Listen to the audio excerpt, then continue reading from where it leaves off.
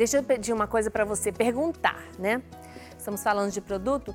Você que é artesão, você que faz seu artesanato aí com todo amor e carinho, você vai lá na loja, você escolhe o tecido, a linha, a cola, a tinta, o pincel, se é importado, se não é.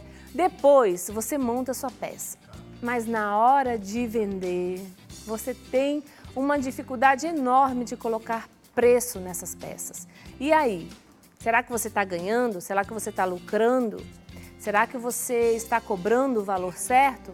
Bom, hoje nós vamos receber aqui a Patrícia Heimberg, artesã e consultora de negócios criativos. Patrícia, linda, querida, seja bem-vinda. Obrigada, Drica. Aqui na nossa sala de visitas e no nosso espaço, que olha só, o Iago, Patrícia, está montando aqui para nós, ó. Eu vou até colocar aqui, ó, tá montando aqui para nós o nosso...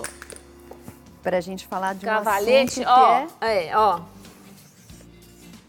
Aí você fala, nossa, e agora? Quanto custa?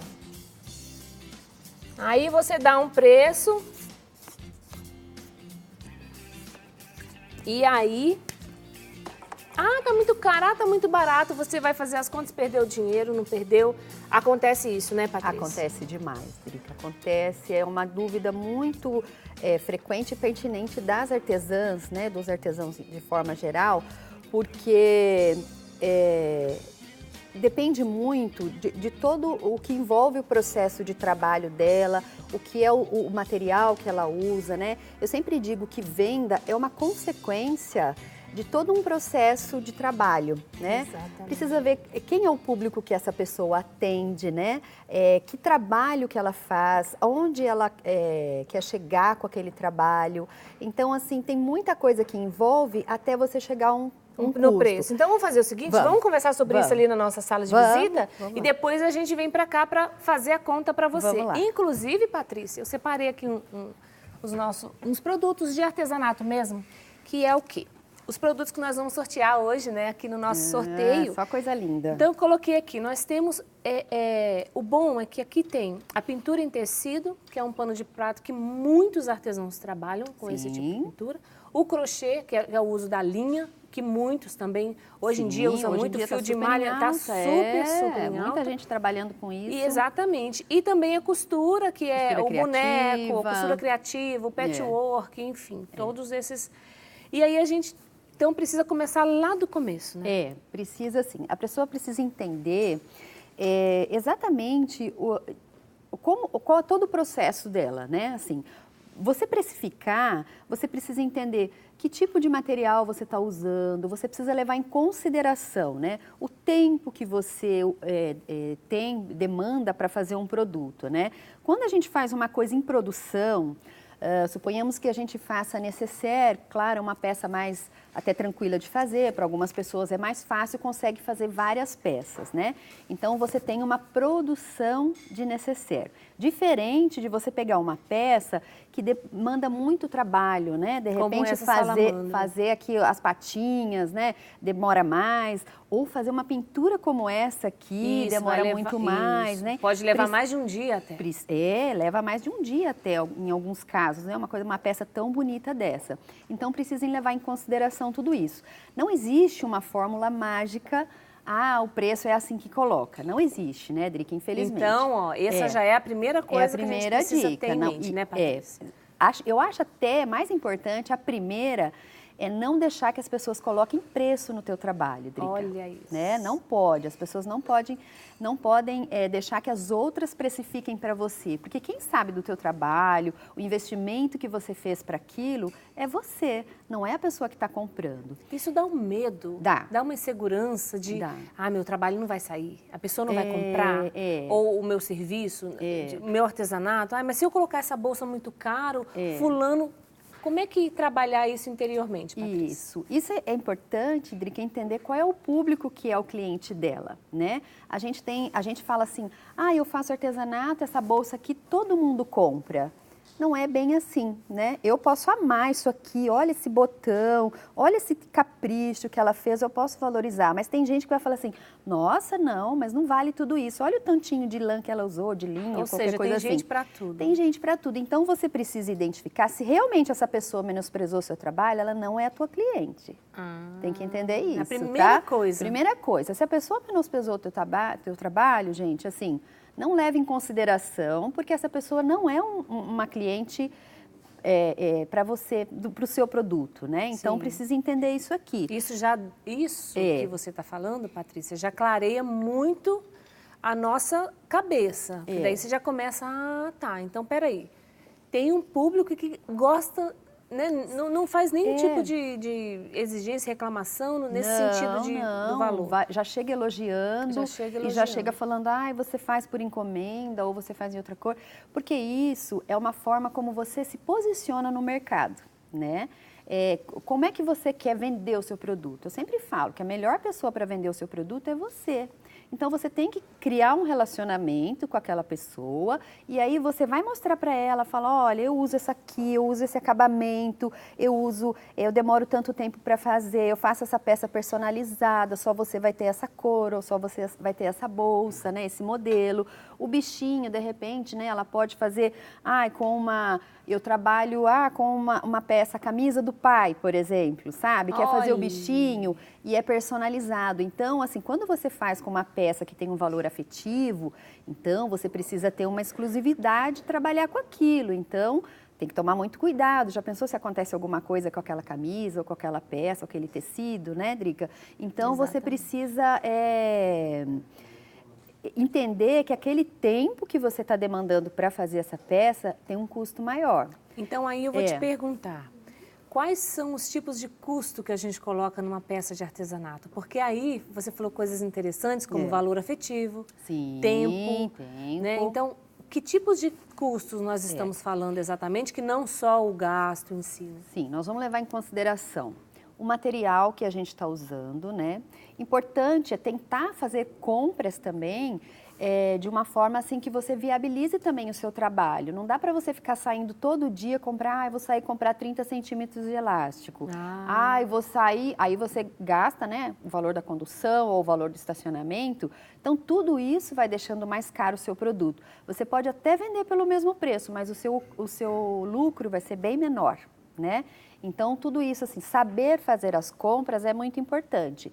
Então, você precisa entender que material que eu estou usando, se eu trabalho só com tecido importado ou se eu trabalho com tecido que eu consigo fazer várias peças, então você compra, tenta comprar, né? Porque se você trabalha sempre com elástico, já compra a peça, tonel de elástico. Já compra uma peça grande, é isso mesmo, né? Porque tudo isso acaba atrapalhando o nosso processo de criação, não é? Então, você para fazer uma coisa, para buscar outra e aí atrapalha. Então, tudo isso envolve no teu custo, né? Isso envolve.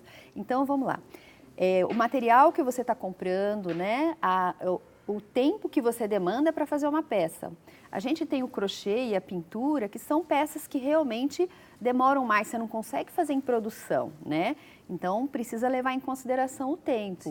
Precisa levar em consideração os custos que você tem, né?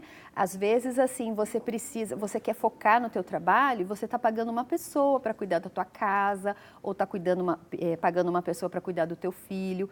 Tudo bem, você não vai conseguir colocar esse custo em cima de uma peça, mas você tem que ver no mês quantas peças eu consigo fazer para cobrir esse custo e ainda ter lucro, né? Tem que colocar na balança isso e tem que colocar um percentual desse valor no teu trabalho, porque, querendo ou não, você está precisando investir nessa pessoa para te ajudar, para você conseguir trabalhar.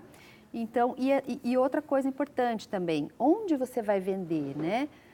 Você vai ter custo para vender, você vai fazer uma feira, às vezes você precisa pagar o stand, né? Precisa pagar o espaço. Então, tudo isso precisa levar em consideração, sim, Drica. Nossa, é muita coisa que a gente precisa pensar para depois não ter o prejuízo. Eu adoraria poder falar que existe uma fórmula mágica. Mas não tem. Mas não existe. Tudo isso vai depender do seu trabalho, do produto que você faz, para quem você está vendendo, de que forma você está vendendo. Esses dias eu vi uma coisa interessante que é a seguinte, a pessoa hoje em dia ela paga Patrícia, pela Patrícia. Não é nem pelo objeto que a Patrícia está fazendo. Então, você está no seu objeto, né? Você está na sua peça. Então, você vende o seu valor, aquilo que você...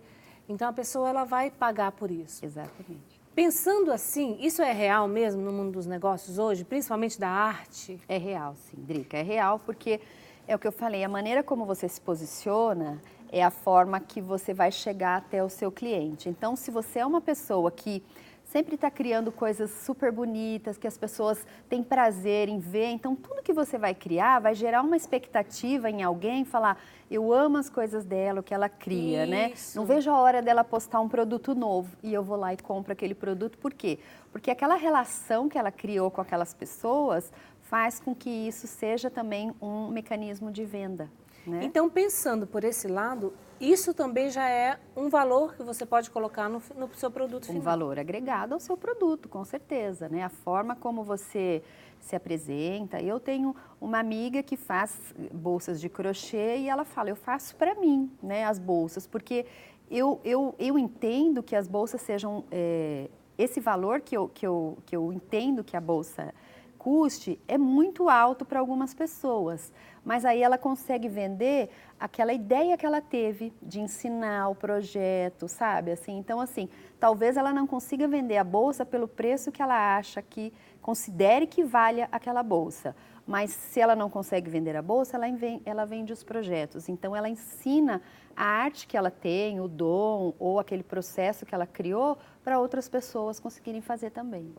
Como é que nós vamos colocar, vou fazer a pergunta desse jeito, na cabeça das pessoas que vivem, né, da venda de artesanato, do seu produto, que ela precisa valorizar o seu produto independente do stand do lado, por exemplo? Então, isso é que tem gente, assim, eu já fiz muita feira também, Drica, né, assim, passei por bastante coisa. Às vezes tem gente que fica tão preocupado com o que o outro está vendendo que esquece do seu produto. Né? Então, assim, foca no teu trabalho, foca no teu produto, esteja ali, entregue aquele momento, é o seu produto que está ali, a tua criação, a tua arte, você que ficou ali sentada numa mesa, numa máquina de costura horas e horas para desenvolver aquilo. Então, não se preocupe com o dos outros, né? Se você põe o coração ali, é isso mesmo, Patrícia? A pessoa percebe, o cliente percebe quando você está ali inteiro naquilo? Com certeza, é a pessoa que está ali.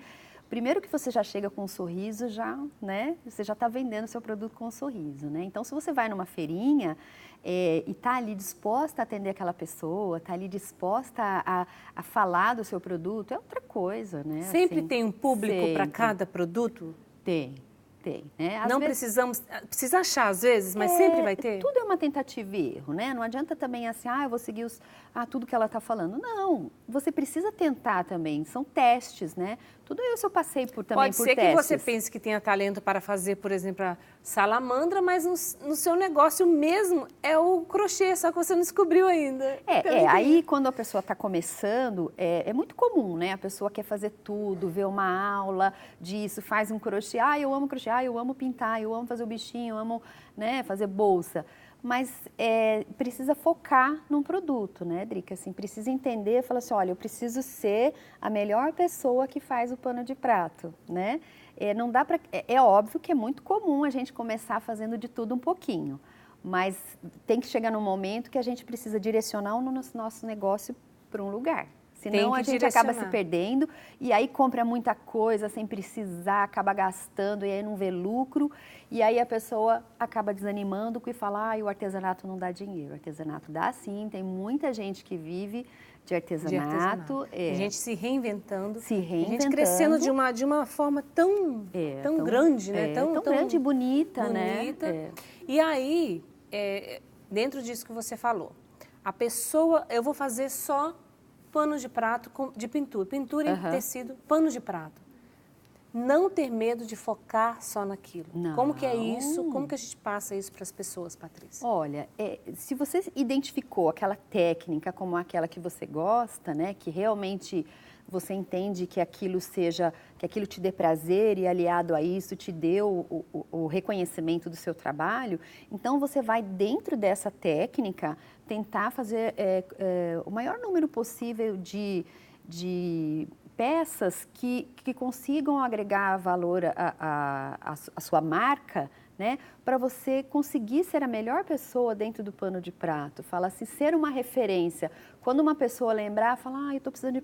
eu tenho uma pessoa, vou te falar, porque os panos dela são lindos, ou são fáceis de lavar, ou são um acabamento perfeito, ou tem aquele detalhe, entendeu? É então, isso que a pessoa precisa buscar, essa excelência no seu produto. Isso, no seu produto. Ela tem que ser a melhor pessoa do pano de prato. Agora, ninguém se torna excelente de um dia para o outro. Não, não é. Ela vai fazer um caminho, fala desse caminho para que ninguém em casa lá fique desesperado. Não é assim. Nada acontece do dia para a noite. Tudo é uma questão assim de você entender um pouco a alma do seu negócio, né? Você vai tentando uma coisa aqui, tentando uma coisa ali, mas o importante é que você faça realmente. Todo mundo fala que faz com amor. O artesanato, acho que não tem uma pessoa que não faça, que não olhe aquilo e fala, que amor que eu tenho com aquilo. Só que às vezes a gente fica tão ali preso naquele sentimento daquele valor, né, emocional, e a gente não abre para entender como, para visualizar como negócio. Aí a gente começa a entrar, então, no lado prático da coisa. Porque até agora, a Patrícia falou para você sobre o que vem antes, né, Patrícia? Que é o quê? É o seu talento, é você se valorizar, valorizar o seu tempo, a dedicação, a buscar sempre a excelência, mas isso não vai ser de uma hora para outra, você vai ter que galgar um caminho, né, Patrícia? E investir em conhecimento também, porque hoje em dia, assim, a gente tem na palma da mão da gente bastante informação, não é verdade? Então, assim, precisa deixar um tempinho reservado para você falar assim, não, agora eu vou estudar sobre o negócio, né?